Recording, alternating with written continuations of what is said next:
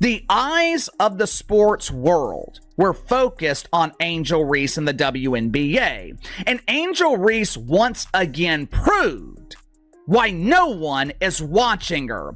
Angel Reese once again proved she is nowhere near Caitlin Clark's level.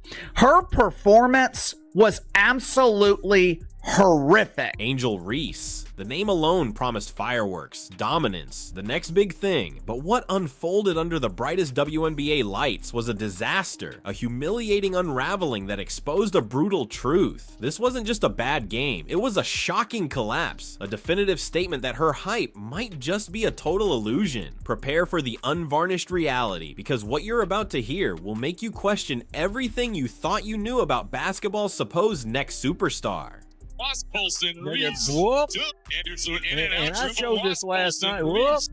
Pre-game, the scene was pure Hollywood, a spectacle designed to ignite social media. Angel Reese, draped in an outfit that screamed superstar, captivated every camera lens, every pre-game headline. The world waited, breathless, for her to translate that monumental energy onto the hardwood. The expectation was a force, almost a palpable presence, demanding a performance that would validate the immense spotlight fixed upon her. Instead, the dazzling image began to fracture, then utterly collapse. The raw numbers were a punch to the gut, a meager 4 points, 12 rebounds, and a brutal, undeniable minus 20 plus minutes. This wasn't just an off night, it was a statistical freefall, her lowest scoring output since her very first steps into this professional arena. Angel Reese and the Chicago Sky scored the lowest points since 2011, 52 measly points. 52 measly points, the lowest point total since 2011, folks. The Chicago Sky, a team once brimming with promise, didn't just lose, they were annihilated. A humiliating 79-52 drubbing that left them reeling. The promised superstar, the player everyone tuned in to witness, simply vanished, leaving behind only the ghost of her pre-game swagger. It was a stark, brutal exhibition of a game left entirely at home. She shot a dismal 2 for 7 from the field, barely breaking the 30% mark, a figure that screams inefficiency for any player, let alone one carrying such stratospheric expectations. The rebounds, while numerically significant, felt like padding, a thin veil over a fundamental lack of offensive impact. How could a player of her supposed caliber, under such intense scrutiny, deliver a performance so strikingly, painfully flat? The question echoed, bouncing off the rafters, through every broadcast into every living room. What truly happened out there? But unfortunately, she left her game at home.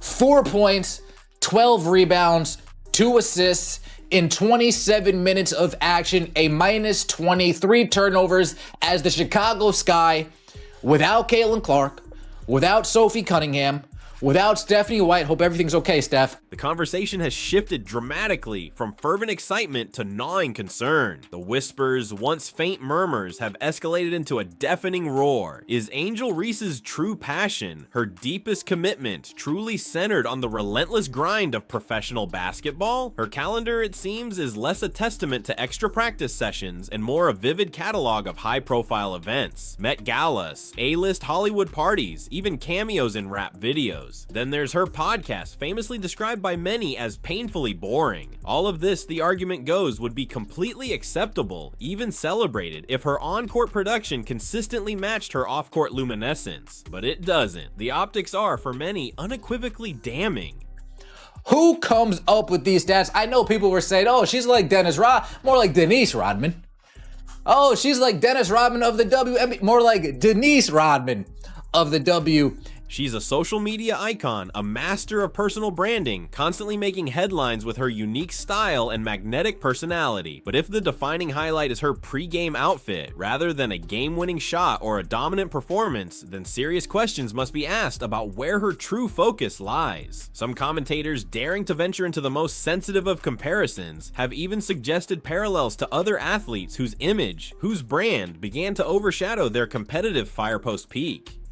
She was awful last year, and this year, Angel Reese has somehow managed to become significantly worse.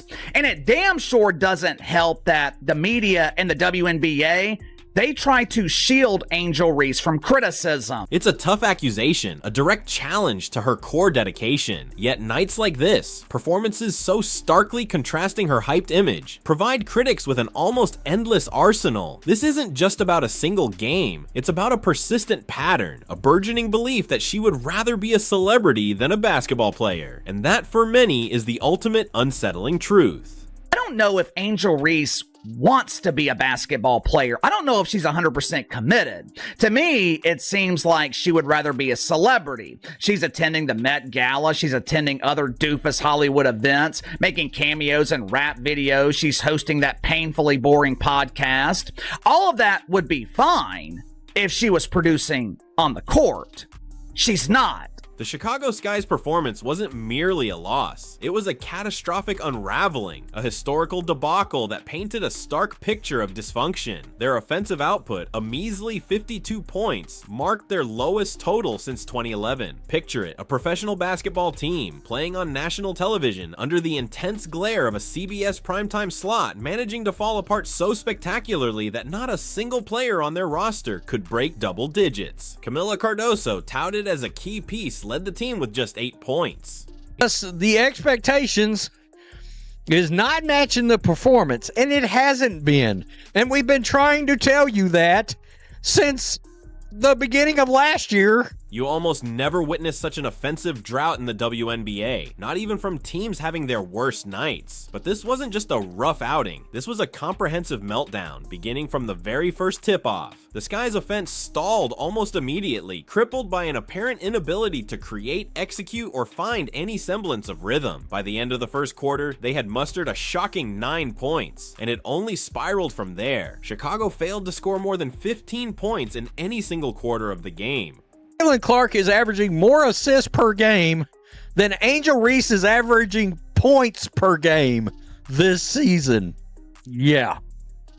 9.3 points per assist per game, 9.3 assists per game. Let me just bring it up to 9.1 points per game. Every possession seemed to be a struggle, the ball sticking in players' hands, passes sailing aimlessly, often straight into the waiting arms of a defender. Every missed shot, every errant turnover morphed into a devastating fast break for their opponent. The gap between the two teams wasn't just obvious, it was an astronomical chasm. The Fever, in stark contrast, looked sharp, locked in, moving the ball with purpose, attacking the paint with relentless aggression, making every single possession count. Meanwhile, the Sky appeared utterly lost, disconnected, their strategy a shattered mess. The opponent's lead ballooned to an almost unbelievable 30 points, and the Sky simply had no answers, no counterpunch, no fight left to offer. Last year, they blamed Teresa Weatherspoon. This year, they're blaming the organization and the players around her. At some point, lonely men who follow Angel Reese, they're going to have to embrace reality. And the reality is, she's just not a good basketball player.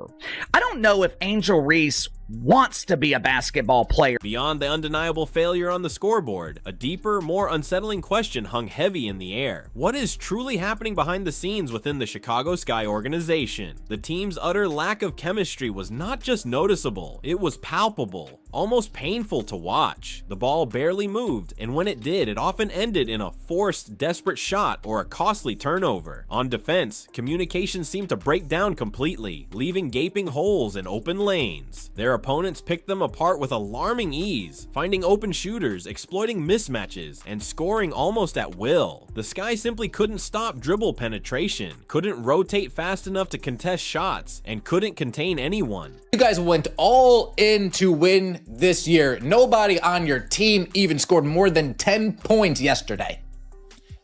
Nobody on your team even scored more than 10 points yesterday. We could go down the list. They all played bad. It was as if they hadn't practiced together, let alone played a full professional season. Analysts watching the game didn't hold back, labeling the performance a beatdown, an embarrassment, and openly questioning whether anyone in the Sky locker room was truly willing or even capable of stepping up to lead. The visible frustration among players, the head shaking after botched plays and missed assignments, made you wonder if deeper tensions festered behind the scenes. fans. Was it a simple lack of talent or something more insidious? A fundamental absence of leadership, a true inability to pull together when adversity struck. This was supposed to be a statement game, a golden opportunity for the Sky to prove their mettle on a national stage. Camila played bad. Angel played bad. Kia Nurse played bad.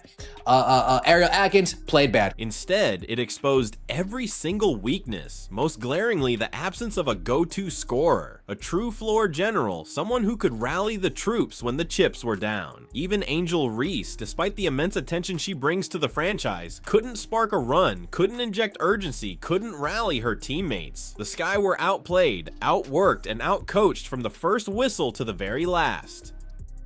You are proving to be not a good head coach, simply put. As the Chicago Sky crumbled, a counter-narrative of staggering dominance unfolded on the other side of the court. The Indiana Fever, a team playing without their biggest star, Caitlin Clark, orchestrated a clinic. This wasn't merely about surviving in her absence. It was about thriving, about dictating terms, about asserting their will from the opening tip and never relinquishing control. The 79-52 blowout was not a fluke, it was a resounding statement, a testament to a team that appeared sharper, deeper, and infinitely more connected than their disoriented opponent at every single turn. Kelsey Mitchell set the tone early with 8 points in the first quarter, shooting a perfect 3 for 3 from the field. Think she's actually getting, oh no, I think she's actually getting worse. What an embarrassing performance by the Sky. Make history by playing in the United Center and then proceed to not score more than 15 points in any quarter. Get trounced by 27 by a Caitlin Clarkless Fever team. Ouch.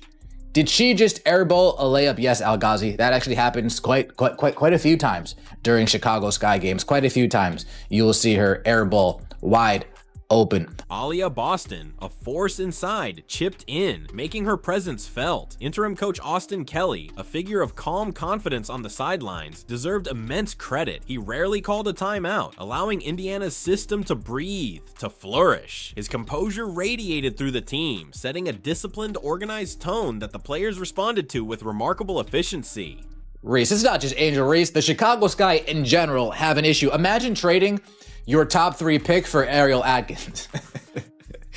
Imagine trading a potential Sonia Citron for Ariel Atkins. How's that working out for you, Chicago Sky? The Fever's offense looked fundamentally different. Action started well beyond the three-point line, stretching the Sky's already porous defense, creating vast swaths of space for their scorers to operate. This impeccable spacing allowed Indiana to move the ball with purpose, with precision, and the payoff was evident throughout the entire game. The scoring was balanced, a symphony of teamwork where the ball rarely stuck in one player's hands. Everyone contributed, everyone got involved, and the Sky simply had no answer for their collective onslaught.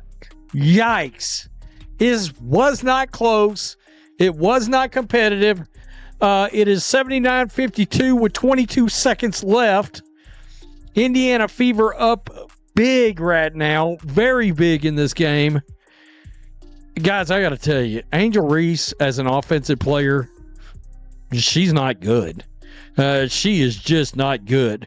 Amidst Indiana's collective brilliance, certain individual performances shone even brighter, starkly highlighting the disparity between the two teams. Ari McDonald, coming off the bench for Indiana, provided an explosive injection of energy and efficiency. She poured in 12 points, attacking the paint with relentless aggression, making smart, incisive passes, and knocking down crucial shots from deep with a quiet confidence that belied her reserve role. Her hustle on both ends of the floor set a new standard for the rest of the team, a tangible example of the relentless effort required at this level.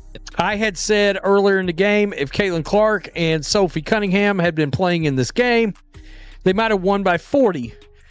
I was wrong. They might have won by 70. It was that bad. One commentator even joked about making backdoor deals to keep her on the roster, a testament to her undeniable value and impact. McDonald's playmaking and tireless effort maintained the Fever's blistering momentum, and her 12 points were a significant reason why the Sky couldn't mount any semblance of a comeback. While Angel Reese, the focus of immense pre-game hype, vanished offensively, McDonald's efficiency and grit roared. It was a brutal contrast, an unspoken expose of the true gap between celebrity status and on-court impact. The Fever's defense was equally formidable. They pressured the ball relentlessly, rotated quickly, and forced Chicago into an endless stream of bad shots and debilitating turnovers. So, Ari McDonald, she's going to knock down back-to-backs on three-pointers right here. All right, Lexi, out to Ari, boom. Right there, there's going to be another one. Let me just do a little skip right here. Back over to Ari. I think that was Aaliyah Boston. And boom, another knockdown three-pointer in this game. Good God, it was a slaughter. Every time the Sky attempted to generate even a sliver of momentum, Indiana shut it down with suffocating efficiency. The Fever's clinical execution not only showcased their own strengths, but mercilessly exposed Chicago's fundamental lack of chemistry and leadership, making the difference between the two teams even more painfully obvious. Even without their biggest star, the Fever played like a cohesive unit, a well-oiled machine operating with seamless synchronization. I tell you guys, I'm going to tell you something funny. They showed Caitlin Clark a couple of times. The Indiana Fever beat the shit out of the Sky so bad, Caitlin Clark looked like she was legitimately bored out of her mind on the side. Seriously.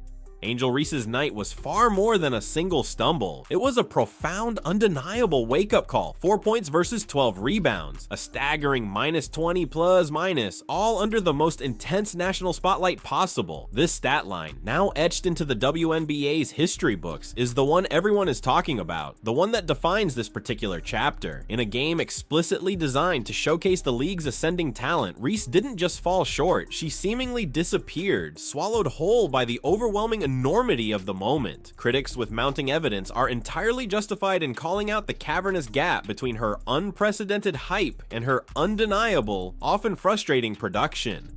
Nah, they will blame the coach, the plays, everything but Angel for this. That's a fact. By the way, Angel Reese, by way of Brick Center, really good follow. Man, if you're not following Brick Center, I don't know what to tell you. Angel Reese now has more rebounds than points in her career.